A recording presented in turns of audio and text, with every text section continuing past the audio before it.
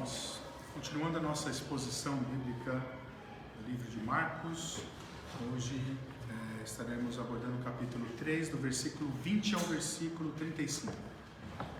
Marcos, capítulo 3, do versículo 20 ao versículo 35. Um assunto bem importante também, né? Que muitas pessoas nos nossos dias interpretam de uma forma não bíblica. Hoje nós estaremos abordando, que é a blasfêmia dos escribas. Versículo 20. Então ele foi para casa, não obstante, a multidão afluiu de novo, de tal modo que nem podiam comer. E quando os parentes de Jesus ouviram isto, saíram para o prender, porque diziam: está fora de si. Os escribas que haviam descido de Jerusalém diziam: ele está possesso de Beelzebul, e é pelo maioral dos demônios que expele os demônios. Então, convocando-os, Jesus lhes disse, por meio de parábolas: como pode Satanás expelir Satanás? Se um reino estiver dividido contra si mesmo, tal reino não pode subsistir. Se uma casa estiver dividida contra si mesma, tal casa não poderá subsistir. Se, pois, Satanás se levantou contra si mesmo e está dividido, não pode subsistir, mas perece. Ninguém pode entrar na casa do valente para roubar-lhe os bens sem primeiro amarrá-lo, e só então lhe saqueará a casa. Em verdade vos digo que tudo será perdoado aos filhos dos homens, os pecados, as blasfêmias que proferirem. Mas aquele que blasfemar contra o Espírito Santo não tem perdão para sempre, visto que é réu de pecado eterno. Isto porque diziam: está possesso de um espírito imundo. Nisto chegaram sua mãe e seus irmãos, e tendo fitado do lado de fora, mandaram chamá-lo. Muita gente estava sentada ao redor dele e lhe disseram: olha, tua mãe, teus irmãos e irmãs estão lá fora à tua procura. Então ele lhes respondeu dizendo: quem é a minha mãe e os meus irmãos? E correndo o olhar pelos que estavam assentados ao redor, disse: eis minha mãe e meus irmãos. Portanto, qualquer que fizer a vontade de meu Deus, esse é meu irmão, minha irmã e mãe. Senhor, graças te damos pelo seu Evangelho. Muito obrigado, Senhor, porque podemos nessa tarde aprender um pouco mais, Senhor, da tua palavra, do seu santo ensino. Abra o nosso entendimento nessa tarde, abra os nossos corações, para que nós possamos, Senhor, discernir, Pai, não apenas discernir, mas também praticarmos a tua palavra. É o que nós te oramos e te agradecemos no nome santo de Jesus. Amém. Então nós vemos aqui, irmãos, que Jesus desceu do monte. E Marcos diz aqui que uma multidão, mais uma vez ali estava atrás dele. A multidão reunia muitas pessoas, de tal modo que os discípulos ali, os apóstolos, eles não podiam nem mais comer. Essa é a situação que estava acontecendo aqui. Uma grande multidão estava atrás deles, ao ponto de não deixar eles nem comer em paz. Parece que aqui que a multidão só crescia e era maior do que antes, e estavam cada vez mais desesperados, procuravam Jesus ali com tanta intensidade, e os discípulos, que não deixavam eles comer em paz. E vemos que esse público frenético ali levantou preocupações entre algumas pessoas próximas do Senhor Jesus. É o que nós vemos no versículo 21. Diz que quando os parentes de Jesus ouviram, saíram para pegá-lo, pois diziam que ele está fora de si. O incidente que Marcos registra um pouco mais tarde dessa passagem, quando a mãe e os irmãos de Jesus procuravam falar com ele, parece confirmar isso. Quem quer que fossem esses parentes, eles decidiram ali levar Jesus embora, pois ele corria perigo de vida, porque eles queriam prender Jesus, insinuando que ele estava fora de si. Esse é o efeito, eu sempre falo, esse é o efeito da pregação do Evangelho aos que não aceitam o Evangelho. Um sentimento de revolta.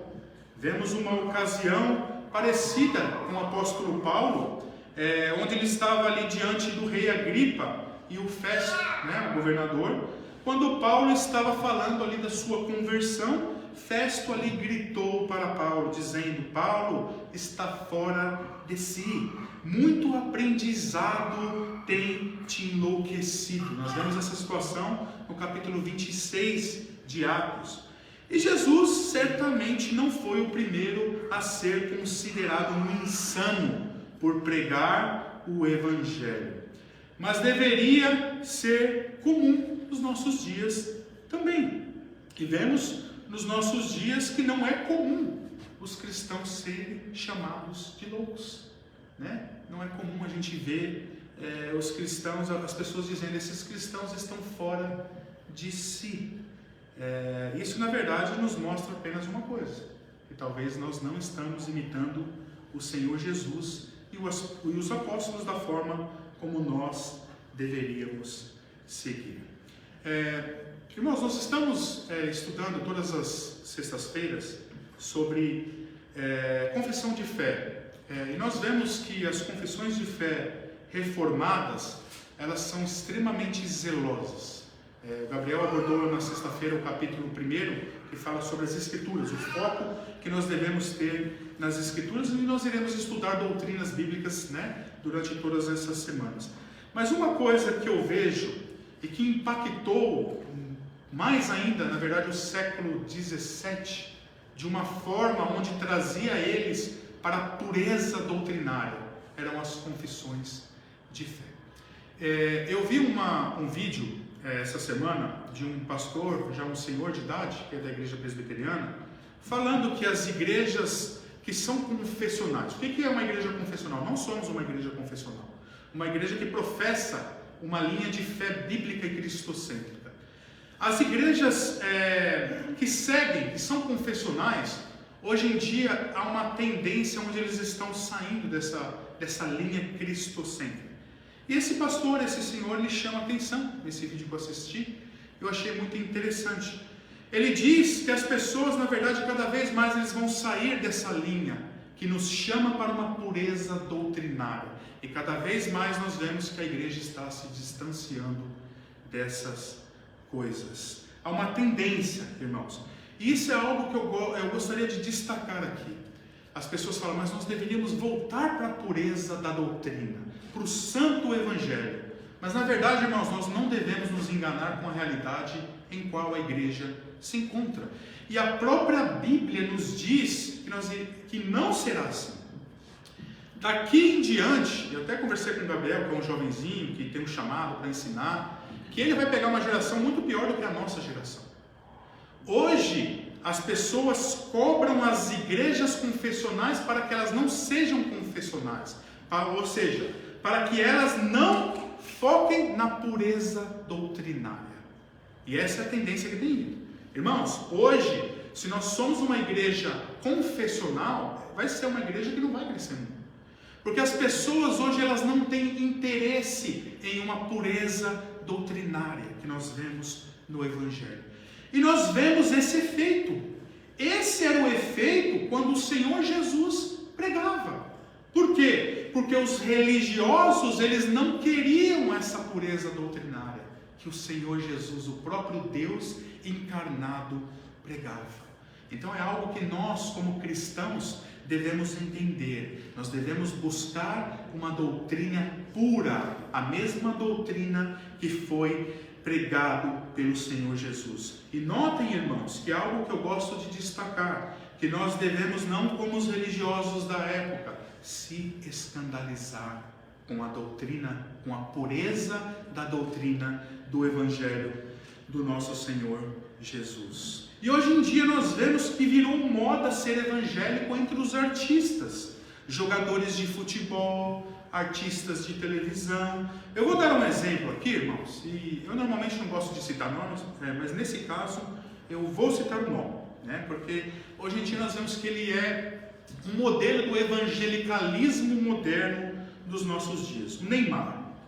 Nós vemos que é um jovem rapaz que se diz cristão, evangélico, protestante, e nós vemos a vida desse jovem rapaz, uma vida de escândalos, um atrás do outro, várias mulheres, né? Várias mulheres, sem vários filhos com mulheres diferentes, traições uma atrás da outra, festas, vícios, mundanismo, e aí eles ganham título lá no futebol, ganham título, coloca a fitinha, Jesus, e todo mundo ali aplaude, que bonitinho, né?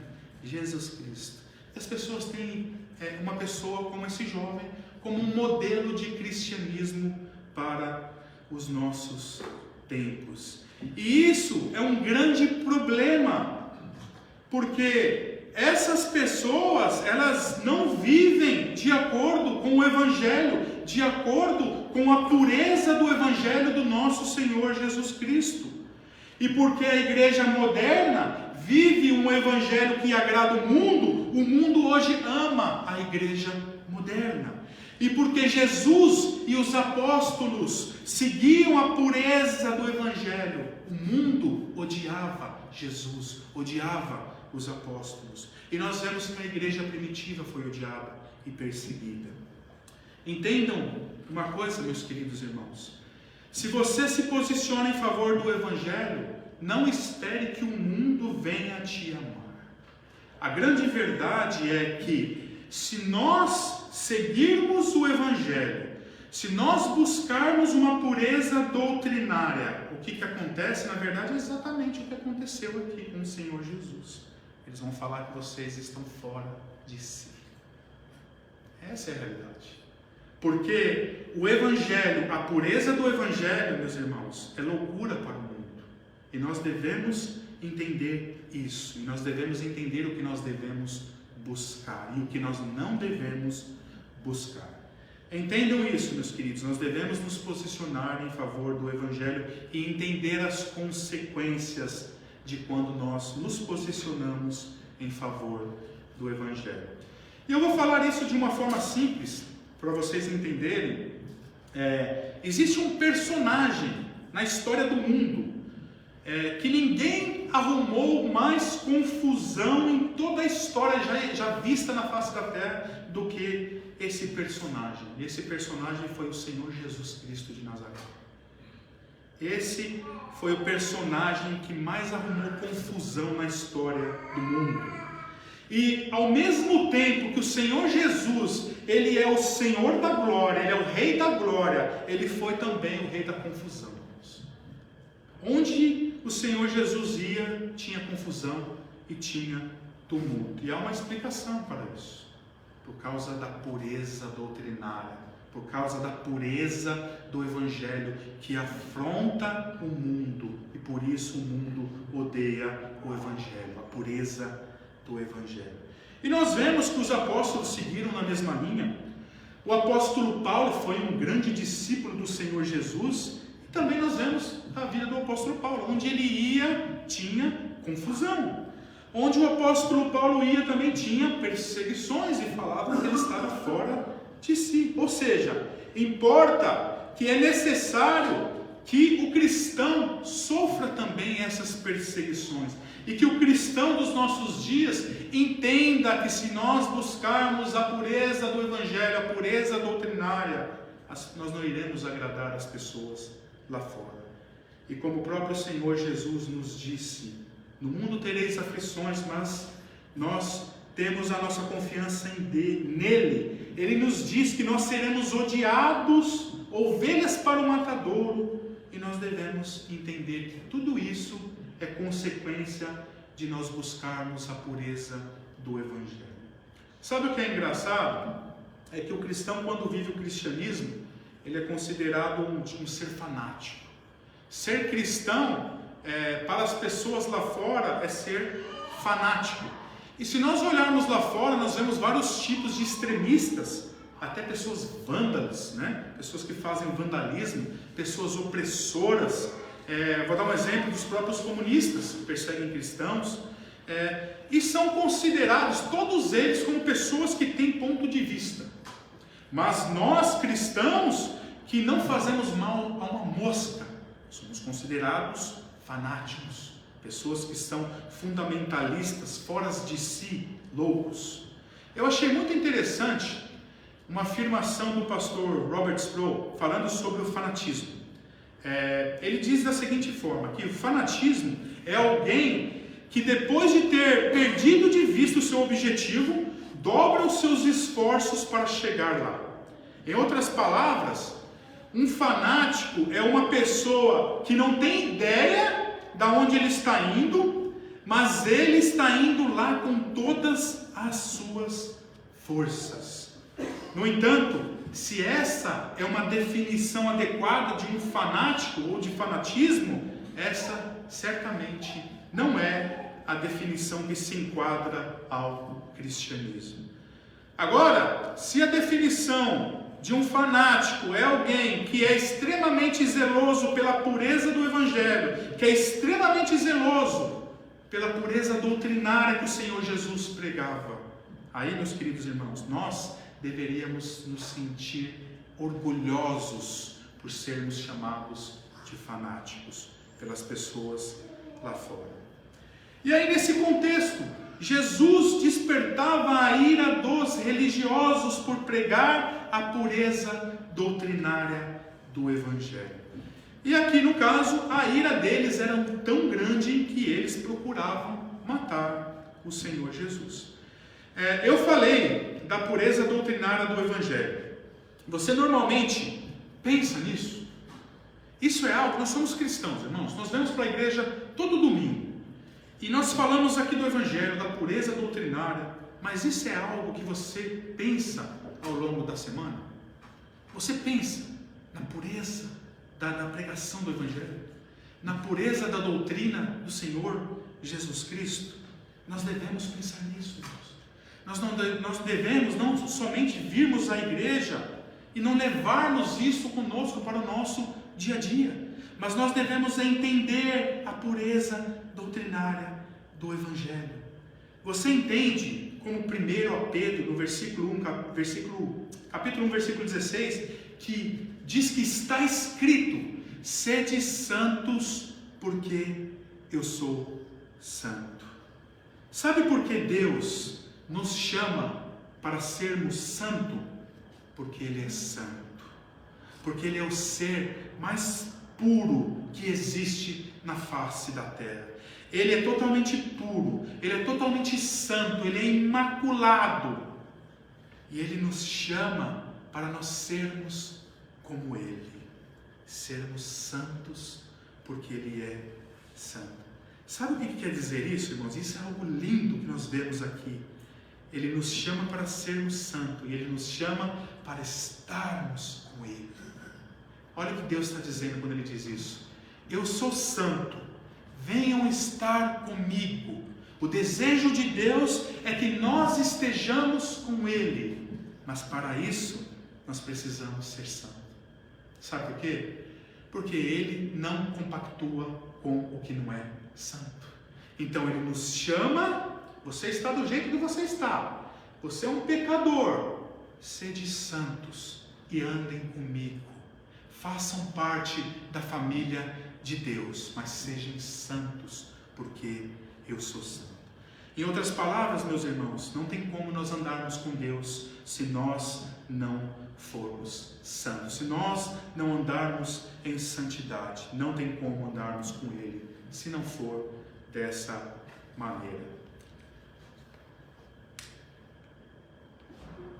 E nos versículos 31 e 32, Marcos nos diz que os irmãos de Jesus e a sua mãe chegaram. Aqui irmãos e mãe chegaram. E do lado de fora eles mandaram chamar ele. E a multidão estava ali sustentada ao redor dele. E disseram: olha ali, a tua mãe e os teus irmãos estão ali fora te procurando. Os irmãos de Jesus e a sua mãe aqui chegaram porque ele estava ensinando aqui, no momento que ele estava ensinando. E é interessante observar que o termo irmãos aqui, que é usado, significa irmãos do mesmo Pai. O que torna aqui um forte argumento contra o ensino católico romano que Maria permaneceu virgem após o nascimento do Senhor Jesus. Na verdade, isso aqui é muito claro. Para quem lê a Bíblia, isso aqui é extremamente claro. Em qualquer caso, as Escrituras referem-se inúmeras vezes sobre os irmãos ou meio-irmãos do Senhor Jesus. E aqui no caso, acompanhando Maria, a sua mãe, para falar com ele. E o que fez Jesus aqui? Algo muito interessante que o Senhor Jesus faz aqui no versículo 30 ao 35, que diz, respondendo, dizendo: quem é a minha mãe e os meus irmãos? E ele olhou ali ao redor, aos que estavam sentados junto dele, e disse: aqui estão a minha mãe e os meus irmãos. Pois quem faz a vontade de Deus é o meu irmão, minha irmã e a minha mãe. Essas palavras de Jesus é importante nós entendermos, que até parecem um pouco grosseiras, eu diria, mas na verdade não era uma negação ou um repúdio da parte de Jesus aos seus irmãos e à sua mãe. Em vez disso, ela estava ensinando aqui um profundo ensinamento de união com Cristo.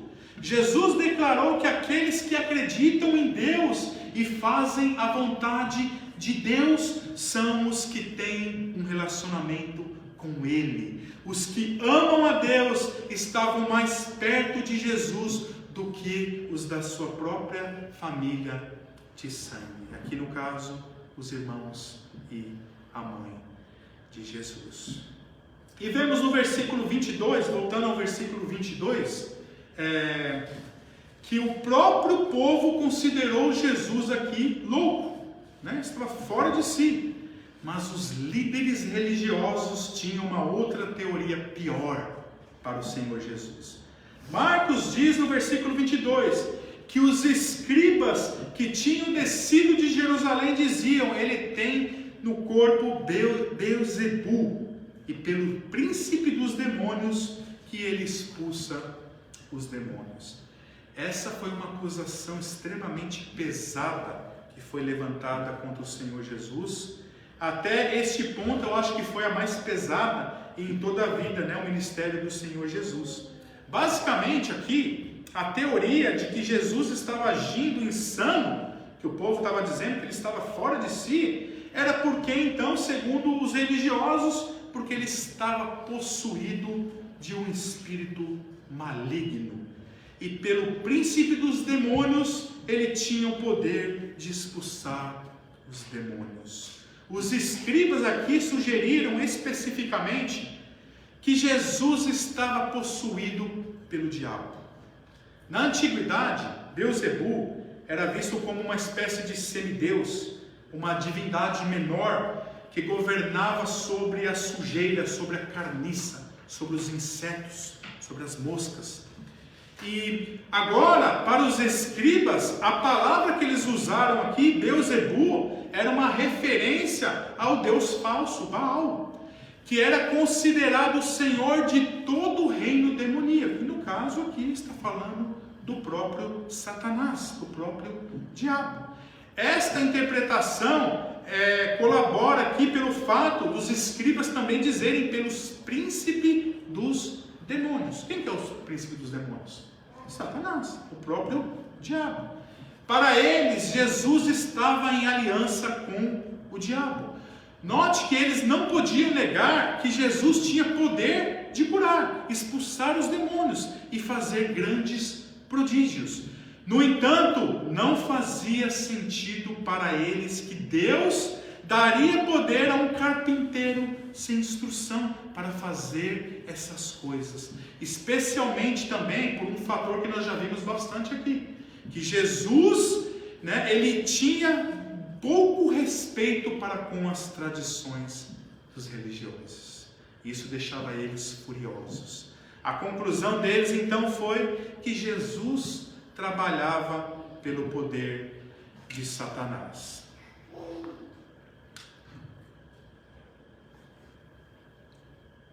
E nós vemos que os escribas aqui cometeram um grande erro teológico, um grande erro sério com esse comentário. Notem bem o que eu vou dizer aqui. Satanás, eu já falei, né, nas pregações anteriores, que ele não tem poder divino nenhum. Ele não tem nenhum poder, ele é, como Lutero diz, como um cachorrinho na coleira de Deus. E nós devemos entender, Satanás não tem poder divino. Não tem poder divino. Isso é muito importante nós entendermos, porque ele não é uma divindade. Satanás, o diabo, ele é uma criatura criada pelo próprio Deus. E ele não tem poder de Deus. Ele é uma criatura. E apesar dele ser mais forte, mais poderoso do que os homens, ele não pode fazer as coisas que somente Deus pode fazer. E ele não pode fazer nada que Deus não permita que ele faça. Note bem o que a Bíblia diz em 2 Tessalonicenses, no capítulo 2, versículo 9, que a vinda do anticristo é segundo a eficácia de Satanás, com todo o poder e sinais e prodígios de mentira. De mentira. São, no caso, prodígios de Satanás, são falsificações, não é poder divino. Não é o poder verdadeiro do próprio Deus, que emana do próprio Deus. No entanto, aqui, os escribas não estavam dizendo que os milagres de Jesus eram falsificados. Eles eram reais e eles não podiam negar. Estavam vendo os grandes sinais e prodígios que o Senhor Jesus realizava. Mas eles erroneamente atribuíam os sinais de Jesus ao diabo. Marcos mostrou claramente que Jesus foi ungido e dotado para o seu ministério pelo poder do Espírito Santo e não Satanás. Tudo, absolutamente tudo que o Senhor Jesus fazia era pelo poder do Espírito Santo de Deus. Mas seus inimigos categoricamente negaram o papel do Espírito Santo na obra do Senhor Jesus. Não é o poder de Deus, eles disseram, é o poder do diabo. E Jesus sabia exatamente o que os escribas estavam dizendo. Ele tomou essa acusação séria e respondeu com força. Nós vemos no versículo 23 e ao versículo 26 que ele disse: então eles os chamou e disse-lhes em parábolas: como pode Satanás expulsar Satanás? Se um reino se dividir contra si mesmo, tal reino não pode subsistir. E se uma casa se dividir contra si mesma, tal casa não pode subsistir. E se Satanás se levanta contra si mesmo, ele está dividido e não pode, prevalecer. Jesus mostrou aqui pela primeira vez aos escribas o absurdo lógico de sua teoria. Como pode Satanás expulsar o próprio Satanás? O que Jesus disse aqui foi algo bem lógico, que claramente Satanás nunca permitiria que o seu poder fosse usado para derrotar os seus próprios esforços. Simplificando, se Satanás estava permitindo Jesus expulsar seus demônios, ele estava lutando contra si mesmo. Um outro movimento ilógico que seria tão atípico do diabo, que por sinal é tão astuto. Então não faz, na verdade, sentido algum. Então Jesus deu outra mini parábola aqui que nós vemos no versículo 27, dizendo: ninguém pode entrar na casa do homem forte, do valente, e roubar os seus bens se primeiro não amarrar o homem forte e então saquear a sua casa. Se um ladrão que entra na casa de um homem é mais forte do que ele, o ladrão então, ele deve pensar em uma forma de subjugar o homem forte. Ele tem, na verdade, que torná-lo de alguma forma ineficaz. E pode optar ali por talvez usar uma arma, para render a pessoa, ou pode, drogar a pessoa, ou até ter cúmplices, mais pessoas, para poder ficar num número maior. Se ele não puder superar a força do homem forte, ele não poderá saquear a sua casa. O que o Senhor Jesus estava dizendo aqui? Ao dizer essas coisas, Jesus estava se referindo ao seu próprio ministério, pois ele havia invadido o domínio de Satanás, tornando-o impotente para evitar o saque da sua casa. É isso que o Senhor Jesus está dizendo. Que o poder de Jesus sobre os espíritos malignos confirmava isso.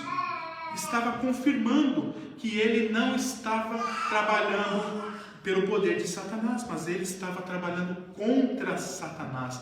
E notem, com um poder infinitamente maior do que o poder de Satanás. Era o poder direto do Deus eterno.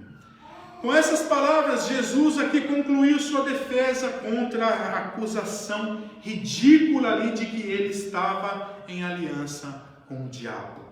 Mas ele não parou por aí, ele passou a dar aos escribas, os outros ali também que escutavam, uma outra advertência muito severa. Ele disse, nós vemos no versículo 28 e no versículo 29, dizendo que em verdade vos digo que todos os pecados serão perdoados aos filhos dos homens e todas as blasfêmias também, que eles podem proferir, mas aquele que blasfemar contra o Espírito Santo nunca mais terá perdão. Olha aqui, está falando de um perdão, né, que não terá perdão eterno. Vai ser não terá perdão.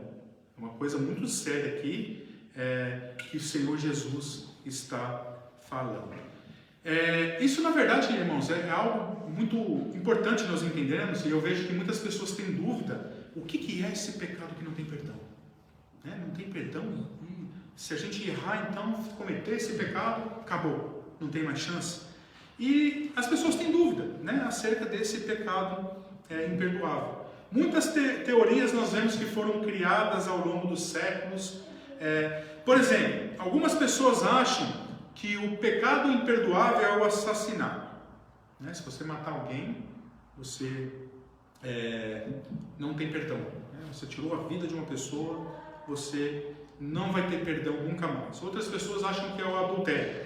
Né? Isso talvez pelas consequências graves que esses pecados causam sobre a vida, né, do casamento, destruindo vidas, casamentos, no caso do assassinato, no caso pior ainda, né, destrói famílias e pessoas. Mas eu posso falar aqui, meus queridos, com plena certeza que não é nenhum desses pecados. Nenhum desses pecados aqui é imperdoável.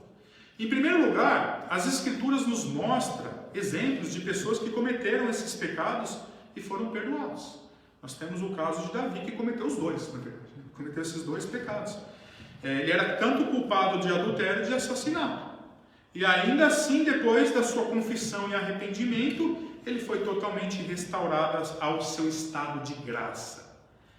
Segundo aqui, o mais importante nós vemos pelo próprio texto aqui que diz, quando o Senhor Jesus ensinou sobre o pecado imperdoável, o que ele diz ele não disse nada sobre assassinato ou adultério. Ele não fala nada. Ele disse outra coisa aqui, na verdade. O que seria então esse pecado imperdoável? Note bem, Jesus afirmou que todos os pecados, todos os pecados podem ser perdoados, incluindo o adultério, incluindo o assassinato. E até ele fala aqui todas as blasfêmias, com a exceção da blasfêmia contra o Espírito Santo. O relato de Lucas deste ensino é ainda mais específico, quando ele disse que um disser uma palavra contra o Filho do Homem, isso lhe será perdoado, mas aquele que blasfemar contra o Espírito Santo não lhe será perdoado. Vamos entender primeiro aqui o que significa blasfêmia. O que é blasfêmia? Se nós olharmos a mesma narrativa feita por Lucas, nos dá uma ideia do que é a blasfêmia. Marcos diz quem blasfemar. Lucas nos diz quem disser algo contra. Ou seja, a blasfêmia então envolve falar contra Deus. É um pecado verbal aqui que nós estamos vendo. É profanação do caráter santo de Deus. Pode envolver insultá-lo, pode ser zombar dele ou desonrá-lo.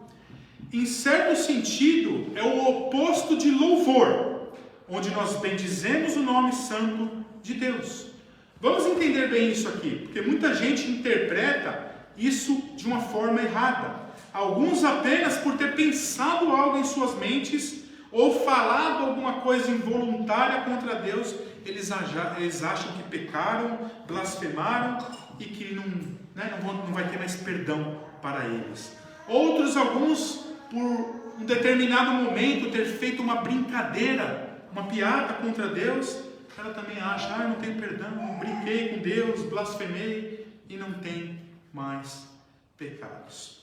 Devemos, meus queridos irmãos, aqui sermos muito gratos pelo fato do pecado imperdoável não ser qualquer tipo de blasfêmia. Porque se fosse, meus queridos irmãos, não teria um que se salvasse. Não teria qualquer esperança da condenação. Todos nós temos em algum momento das nossas vidas falado algo, feito alguma piada, brincado e blasfemado contra Deus. E às vezes até no pensamento, irmãos, nós fazemos isso. Agora, esse tipo de blasfêmia que Jesus está proferindo aqui não é algo comum. Sabe por que a blasfêmia que os escribas aqui cometeram não tinha pecado? Porque eles não voltariam atrás do que eles estavam dizendo. Olhe bem aqui, eles sabiam quem era Jesus, eles viram tudo o que Jesus fez, eles sabiam que Jesus era o Filho de Deus, mas Jesus era uma ameaça para a religião deles. E eles, conscientes, falaram o que falaram, que Jesus fazia tudo o que fazia pelo poder de Satanás. Sabe qual é a dificuldade que grande parte dos evangélicos em não entender essa questão? É porque eles acham que o arrependimento vem do homem. Nem isso, meus irmãos, nós somos capazes de fazer. O apóstolo Paulo diz a Timóteo que quem produz o arrependimento em nós é o Espírito Santo de Deus. Ou seja, se você é crente, se você acha que você cometeu um pecado, ou que você cometeu uma blasfêmia, e você acha que você nunca será perdoado, o simples fato de você se sentir mal, o simples fato de você se arrepender, mostra que foi produzido o arrependimento no seu coração. E como a Bíblia nos diz, o arrependimento é produzido pelo Espírito Santo de Deus. Ou seja, se você em Cristo se arrepende dos seus pecados, seja qual for o pecado, isso já mostra que você foi perdoado. Porque o próprio Espírito Santo é quem produz o arrependimento na vida do crente. E aqui um princípio muito, mas muito importante que nós devemos entender. Só tem fé e só se arrepende quem um dia foi transformado pelo poder do Espírito Santo de Deus. Caso contrário, meus queridos, nós viveremos como as pessoas lá fora, totalmente indiferentes para com o Evangelho. Se nós olharmos em 2 Timóteo, no capítulo 2, versículo 25, diz o seguinte: deve saber corrigir com mansidão os que se opõem, na expectativa de que Deus lhes conceda o arrependimento, conduzindo-os ao pleno conhecimento da verdade. Quem produz o arrependimento no coração do homem? Deus. Quem que conduz eles ao pleno conhecimento da verdade? Deus. Eu posso aqui, meus queridos, falar a noite inteira aqui, tentar convencer vocês que Jesus é o caminho, a verdade e a vida. Mas se o Espírito Santo de Deus não tocar o coração de vocês, não adianta não. Por isso que eu falo, irmãos, às vezes não adianta nem a gente discutir com as pessoas. A gente tem que ser fiel e pregar. A pessoa não quer escutar mais, deixa ela. Quem convence é o Espírito Santo, irmãos, não é nós. Nós podemos pregar, né? Se Deus tocar, ela se converte. Se não, ela não se converte. Isso é uma ação soberana do Senhor. O arrependimento é dado pelo Espírito Santo e vem de Deus. E nós devemos entender. E voltando aqui para o nosso contexto, não ache que existe um pecado imperdoável para você que se arrependeu.